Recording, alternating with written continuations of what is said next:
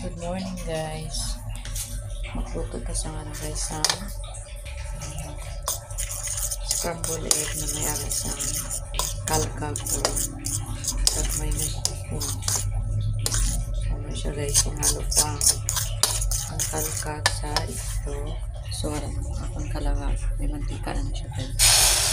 So may donut na aton na scrambled egg na may alasang kalkag. Palaparon ko na siya guys kaya parang ano siya ba, dali lang siya maluto.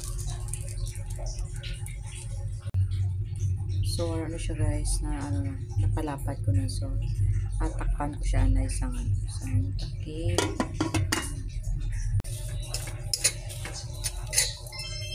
So ano siya guys, paliparon ko na.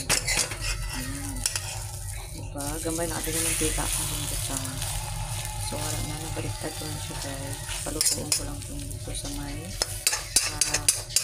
yak na side. So, wala na siya guys. Ito na. So, kuhaan ko na siya. Ibutang sa akin na sudlanan. So, ano na siya guys ang scrambled egg na may alasang kalkag na halo.